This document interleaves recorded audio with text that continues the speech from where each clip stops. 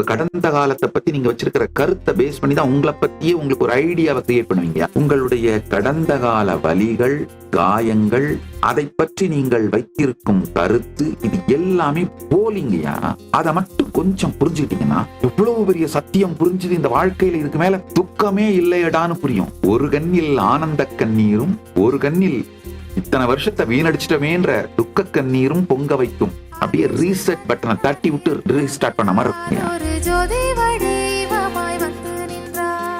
நம்முடைய நம்பிக்கைகளை வைத்து, நம்முடைய கற்பனைகளை வைத்துக் கொண்டுதான் நாம கடந்த கால நிகழ்வுகளையே கட்டமைக்கிறோங்கய்யா. நீங்க உங்களுடைய கடந்த காலம் என்ன நினைவுல, உங்க நினைவுல வச்சிருக்கீங்களோ அதுக்கும் கடந்த காலத்துல நடந்த ஃபேக்ட்ஸ் நிஜத்துக்கும் சம்பந்தமே இருக்காதுங்கய்யா. சற்றே தள்ளி நின்று சாட்சியாக பார்த்தீர்களானால், நான் சொல்றது முழுசா உங்களுக்கு புரியும்.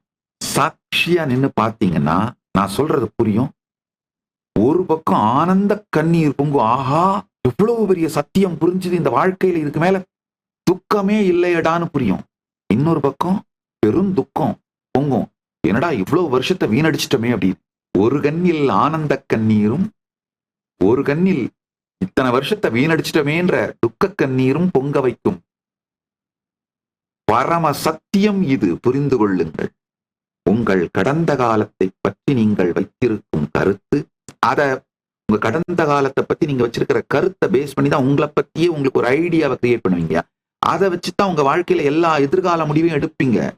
என்ன பிசினஸ் பண்ணலாம், என்ன இன்வெஸ்ட் பண்ணலாம், எந்த மாதிரி வாழ்க்கை துணையை தேர்ந்தெடுக்கலாம், இல்ல எந்த மாதிரி வாழ்க்கை முடிவுகள் எடுக்கலாம். மேஜரான உங்களுடைய எல்லா முடிவுகளையும் உங்களுடைய கடந்த காலத்தை பற்றி நீங்கள் வைத்திருக்கும் கருத்து, அதாவது உங்களால என்னென்னலாம் சாதிக்க முடியும், எதெல்லாம் நீங்க ஜெயிப்பீங்க, எதெல்லாம் நீங்க தோப்பீங்க, என்ன பண்ணா, இந்த மாதிரிலாம் நீங்க ஒரு கருத்துக்கள் வச்சிருக்கீங்க. அது மொத்தமுமே சத்தியம் சாராத கற்பனை கட்டுரு. அதை மட்டும் கொஞ்சம் புரிஞ்சுக்கிட்டீங்கன்னா உங்கள் எதிர்காலம் மிகப்பெரிய சத்தியமும், அளவில்லாத உற்சாகமும், தெளிவும், அப்படியே ரீசெட் பட்டனை தட்டி விட்டு ரீஸ்டார்ட் பண்ண மாதிரி இருக்குங்க. மொத்தத்தையும் டெலீட் பண்ணிட்டு, பாஸ்ட டெலீட் பண்ணிட்டு கம்ப்ளீட்டா ஃப்ரெஷ்ஷா லைஃப் ஆரம்பிக்கிற அந்த சக்தியும் உற்சாகமும் தைரியமும் வந்துடும். உங்களுடைய கடந்த கால வலிகள், காயங்கள், அதை பற்றி நீங்கள் வைத்திருக்கும் கருத்து, இது எல்லாமே போலிங்கயா. கொஞ்சம் சாட்சியா பாருங்க. வெறும் இந்த 28 நாள் மட்டும் எனக்கு கொடுங்க. எனக்கு கொடுங்கன்னா நான் உடனே உங்களை ஆசிரமத்துக்கு வந்துருங்கன்னா கூட கூப்பிடல. அப்படி வந்திருக்க முடிஞ்சா வாங்க. கைலாசா திருவண்ணாமலையோட கதவுகள் திறந்தே இருக்கின்றன. ஜனவரி 1ஆம் தேதியிலிருந்து 31ஆம் தேதி வரைக்கும் இலவசமாக பரமசிவசேனை நிகழ்ச்சி நடக்குது. உணவு, தங்குமிடம், வகுப்புகள் அனைத்தும் இலவசமாக கொடுத்து வகுப்பு கொடுக்குறேன். அது 5 லட்சம் ரூபாய் பெருமானுடைய ப்ரோக்ராம் இலவசமா கொடுக்குறேன். அது ஒரு பக்கம். 2வது, இந்தியா முழுக்க யாத்திரை பண்ணணும்னு நினைக்கிறவங்களுக்கு, பரிவராஜ யாத்திரையா போகணும்னு நினைக்கிறவங்களுக்கு இந்த 1 மாத வகுப்பையும் இலவசமா கொடுத்து, 5 லட்சம் ரூபாய் பெருமானுடைய வகுப்பையும் இலவசமா கொடுத்து, நீங்க யாத்திரை போறதுக்கு குறைந்தபட்சம் 1 லட்சமாவது ஒவ்வொருவருக்கும் செலவழிக்கின்றேன். நீங்க பல்வேறு ஸ்பிரிச்சுவல் ஈகோ சிஸ்டம் எல்லாம் பார்த்து வாழ்க்கையை புரிந்து கொள்வதற்காக, வாழ்க்கையை அறிந்து கொள்வதற்காக, வாழ்க்கையில் மலருவதற்காக. நல்லா புரிஞ்சுக்கோங்க. இந்த 28 நாள் மட்டும் நீங்க கைலாச திருவண்ணாமலைக்கு வர முடியலைனாலும் வீட்டுல இருந்தபடியேவாவது இந்த ஒரு விஷயத்தை செய்யுங்க. உங்களுக்குள்ள என்ன ரியாக்ஷன் நடந்தாலும், உங்களை பத்தி நீங்க பாஸ்ட், உங்களை பத்தி நீங்க வச்சிருக்கிற கருத்துக்கள், வலிகள், வேதனைகள், துக்கங்கள், எதை நினைச்சா இம்மீடியட்டா ரியாக்ட் பண்றீங்களோ, கொந்தளிச்சு வெடிச்சு விடுறீங்களோ, அவை எல்லாவற்றையும் சாட்சியா பாருங்க. யாரை பார்த்தா ட்ரிகர் ஆகிறீங்களோ, எந்த நிகழ்வு, எந்த நபர், எந்த சூழல், எந்த வார்த்தை, எந்த எண்ணம் உங்களை கொதிக்க செய்கிறதோ, டீஸ்டெபிலைஸ் பண்ணிடுதோ, அவைகள் எல்லாவற்றையும் சாட்சியாக பாருங்கள். நீங்க எந்த துறையில் இருந்தாலும் மிகப்பெரிய வெற்றி அடைவீர்கள். அதற்கு நான் பொறுப்பு. சமாதி மனப்பழக்கம், வேற ஒண்ணுமே இல்லைங்க. இதுல ஒண்ணும் கம்ப சூத்திரமோ, இயலாததோ, சாத்தியமில்லாததோ, மூடி மறைக்க வேண்டியதோ மிகப்பெரிய ரகசியமோ ஒண்ணுமே இல்லைங்க. சமாதி மனப்பழக்கம். வேணும்னா ஒரு பெரிய பேப்பர்ல எழுதி பெட்ரூம்ல ஒட்டிக்கோங்க, உங்க ஆபீஸ்ல ஒட்டிக்கோங்க. சமாதி மனப்பழக்கம். சாட்சியா இருந்து உள்ளுக்குள்ளேயும் வெளியிலையும் நடக்கிறதையெல்லாம் சாட்சியா பாருங்க. பாத்தீங்கன்னா 10 நாள்ல புரிஞ்சிருங்கய்யா. உங்களை பத்தி, உங்க பாஸ்ட பத்தி நீங்க வச்சிருக்கிற மொத்த கருத்தும் டுபாக்கூர். ஒப்பீனியனேட்டட் நியூஸ்ங்கய்யா, ஃபேக்ட் கிடையாது. Opinionated news. அதனால உங்களை பற்றி நீங்கள் வைத்திருக்கும் கருத்தும் அந்த கருத்து ஏற்படுத்துகிற பர்வர்ஷன்ஸும் அந்த ரியாக்ஷன்ஸுக்கு நீங்க ரியாக்ட் பண்றது. நீங்க எதை தொட்டாலும் உருப்படாதுன்னு ஒரு கருத்தை நீங்க ஃபார்ம் பண்ணி வச்சுக்கிட்டீங்கன்னா, வாழ்க்கையில ஒரு பெரிய வாய்ப்பு வரும் பொழுது அதை பார்த்த உடனே உற்சாகம் வர்றதுக்கு பதிலா எரிச்சல் வரும். ஐயோ, நான் தொட்டா உருப்படாது, நான் அடைய மாட்டேன், ஆனா எவனோ ஒருத்தன் தட்டிட்டு போயிட போறானே, ஐயோயோ. உங்க ரியாக்ஷனே உற்சாகத்துக்கு பதிலாக வேதனையும் வெறுப்பும் ஃப்ரஸ்ட்ரேஷனுமா. அந்த ஃப்ரஸ்ட்ரேஷனை பார்த்து இன்னும் ஃப்ரஸ்ட்ரேட் ஆகி இது மாதிரியான உணர்ச்சி கொந்தளிப்பு, வலி, காயங்கள், இவைகளுக்கு நடுவிலே நடக்கின்ற போராட்டங்கள், இதனால் ஏற்படுகின்ற வெறுப்புனால திருடுறது, கொலை பண்றது, கொள்ளையடிக்கிறது, கற்பழிப்பு, ஊழல், எல்லா விதமான அதர்மத்திலும் செல்லுவதற்கான ஒரு, அது தைரியம்ன்ற வார்த்தையில சொல்ல முடியாது, செல்லுவதற்கான தற்கொலை துணிச்சல், தற்கொலை மனப்பான்மை வருகின்றது. நல்லா புரிச்சுக்கோங்க. பேரதர்மங்களில், பெருங்குற்றங்களில் ஈடுபடுபவர்கள் அதனுடைய பின்விளைவுகள் தெரியாதவர்கள் அல்ல. ஒரு விதமான தற்கொலை முடிவு, வாழ்க்கை மேல அளவுக்கு மீறிய வெறுப்பினால் தற்கொலை முடிவுக்கு வந்து செயல்படுகின்ற தன்மையிலிருந்து முதலில் விடுபடுங்கள். தற்கொலை முடிவுக்கு வந்து செயல்பட துவங்கிறதுங்கய்யா. முதலே காலை கவிட்டு இருக்கும் போது கம்ஃபர்டபுளா ஸ்விம் பண்ணிட்டு இருக்கிறது, எப்ப வேணா புடிச்சு உள்ள இழுத்துரும். முதல்ல காலை கவிட்டு இருக்கிற முதலையிலிருந்து விடுபடுங்க. சிகரெட் பிடிக்கிறவங்க, செயின் ஸ்மோக்கர், சாராயம் குடிக்கிறவங்க, அது ஒன்றும் நான் டீசென்டான வார்த்தையெல்லாம் சொல்ல முடியாது. சாராயம் குடிக்கிறவன் தான் மதுப்பிரியன்ற வார்த்தைலாம் யூஸ் பண்ண முடியாது. குடிகாரன்னு தான் வார்த்தை தான் சொல்ல முடியும். மாமிச உணவுக்கு அடிமையாய் போய் கிடத்தல், இதை பண்றவங்கெல்லாம் அவங்களுக்கு ஒன்றும் ஏதோ அதனால தப்பு, அதனால உடல் நலம் கெடும், மனநலம் கெடும், உயிர் நலம் கெடும்லாம் தெரியாமலாம் இல்லைங்க, தெரியும். ஆனா என்னடா பண்ண போறோம் லைஃப்ல? இந்த ஆர்குமெண்ட்டை நார்மலைஸ் பண்றாங்க. இதெல்லாம் விட்டுட்டு வாழ்ந்து என்னடா பண்ண போறோம்? லைஃப் மேல இருக்கிற ஃப்ரஸ்ட்ரேஷனால டீ டோட்டலரா வாழ்ந்து என்னடா பண்ண போறோம் அப்படிங்கிற ஆர்குமெண்ட்டை நார்மலைஸ் பண்றோம். Especially Gen Z. நல்லா புரிஞ்சுக்கோங்க. டீ டோட்டலர் லைஃப் ஸ்டைல் என்ன பிளசண்டான இருப்பே பிளஷரா இருக்குங்கய்யா. Celebrate being a human.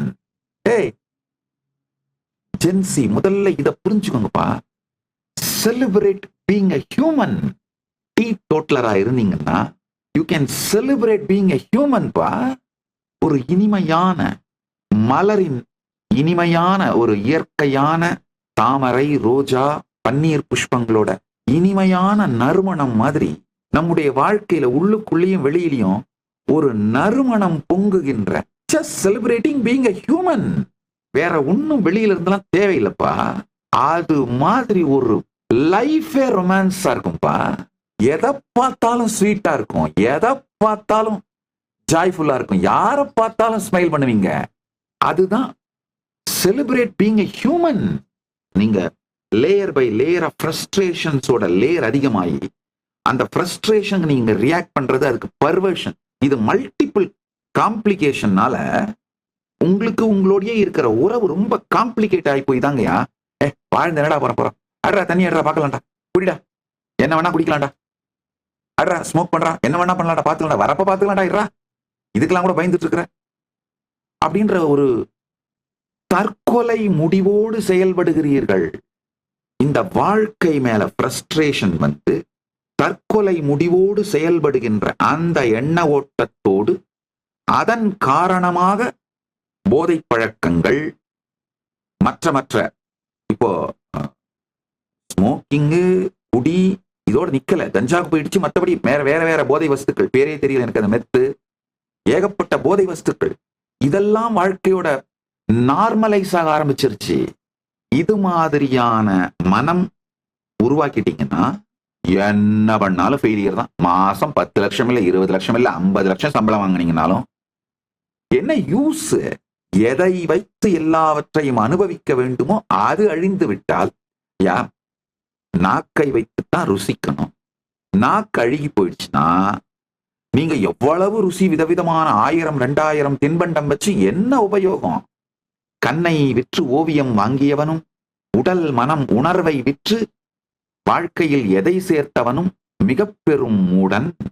First ஸ்டெப்புங்க லைஃப்ல செலிப்ரேட் பீயிங் எ ஹியூமன். ஒரு இந்த மனித உடலோடு, மனத்தோடு, உணர்வோடு, உயிரோடு இருக்கின்ற இந்த நிலையை செலிப்ரேட் பண்ணுவோங்கயா. உங்களுக்குள் நிகழ்பவை அனைத்தையும் சாட்சியாக பார்க்க துவங்கினீர்களானால், கடந்த கால காயங்கள், அந்த காயங்கள் வலிகளாலே ஏற்படுகின்ற எதிர்காலத்தை பற்றிய பயம், இதெல்லாம் லேயர் பை லேயர் உறிஞ்சு விழுந்துருங்கயா, கரைஞ்சு விழுந்துரும். அவை எல்லாமே போலின்னு புரிஞ்சிருங்கயா. இதுல ஒரு கெட்ட செய்தி என்னன்னா, இந்த சத்தியங்கள் சின்ன வயசுலயே உங்களுக்கு கற்றுக் கொடுக்கப்பட்டு நீங்க அதை நடைமுறைப்படுத்திக்காம இது உங்கள் வாழ்க்கை பாடமாக உங்களுக்கு அளிக்கப்படாதது. நல்ல செய்தி என்னன்னா, இப்ப செய்ய ஆரம்பிச்சீங்கன்னா கூட எதிர்காலம் நல்லா இருக்கிறது மட்டும் இல்ல, ஒரு முக்கியமான சத்தியத்தை புரிந்து கொள்ளுங்கள். உங்கள் கடந்த காலம் மாறும். இங்கதான் நான் நுழைகிறேன். அசாத்தியமானது என்று நீங்கள் நினைப்பவற்றை சொல்லுவதும் அதை உங்களுக்கு சாத்தியமாக்குவதும் தான் என் வாழ்க்கையின் குறிக்கோள். அதை கடந்த 40 ஆண்டுகளுக்கும் மேலாக தொடர்ந்து கோடிக்கணக்கான மக்களுக்கு செய்து கொண்டிருக்கின்றேன். இப்பொழுதும் செய்கின்றேன், இனியும் செய்வேன். இந்த சத்தியத்தை புரிந்து கொள்ளுங்கள். சாட்சியாக உங்களுக்குள்ளும் வெளியும் நடப்பவை அனைத்தையும் சாட்சியாக பார்க்க துவங்கினீர்களானால், சாட்சியையே சாட்சியாக பார்க்க துவங்கினீர்களானால், எதிர்காலம் பற்றிய பயங்கள், துக்கங்கள் கரையும். தொடர்ந்து பயம், குற்ற உணர்ச்சி, துக்கம், ஆற்றாமை, பொறாமை, வயிற்றெரிச்சல், இதுல இருந்தெல்லாம் ரியாக்ட் பண்றது அடங்கும். உங்கள் எதிர்காலத்தின் சாத்தியக்கூறுகள், உங்கள் வாழ்க்கையை பற்றி, எதிர்காலத்தை பற்றி உங்களுக்கு இருக்கின்ற பயங்கள் அனைத்தும் கரைந்து ஒரு மிகப்பெரிய ஸ்திரத்தன்மையும், ஸ்திரத்தன்மையின் மீது கட்டி எழுப்பப்பட்ட ஸ்ரத்தை, நம்பிக்கை, வாழ்க்கையை பற்றிய ஒரு புதிய நம்பிக்கை மலரும். இதெல்லாம் கூட நீங்க லாஜிக்கா புரிஞ்சுக்கலாம். நான் அடுத்து சொல்றதுதான், உங்கள் கடந்த காலத்தை பற்றி நீங்கள் வைத்திருக்கின்ற கருத்து மட்டுமல்ல, கடந்த கால அனுபவமே மாறும். மீண்டும் ஒருமுறை கதவை திற, காற்று வரட்டும். பகவான் ஸ்ரீ நித்யானந்த பரமசிவம் அருளும் சிறப்பு நீரலை சத்சங்கம்.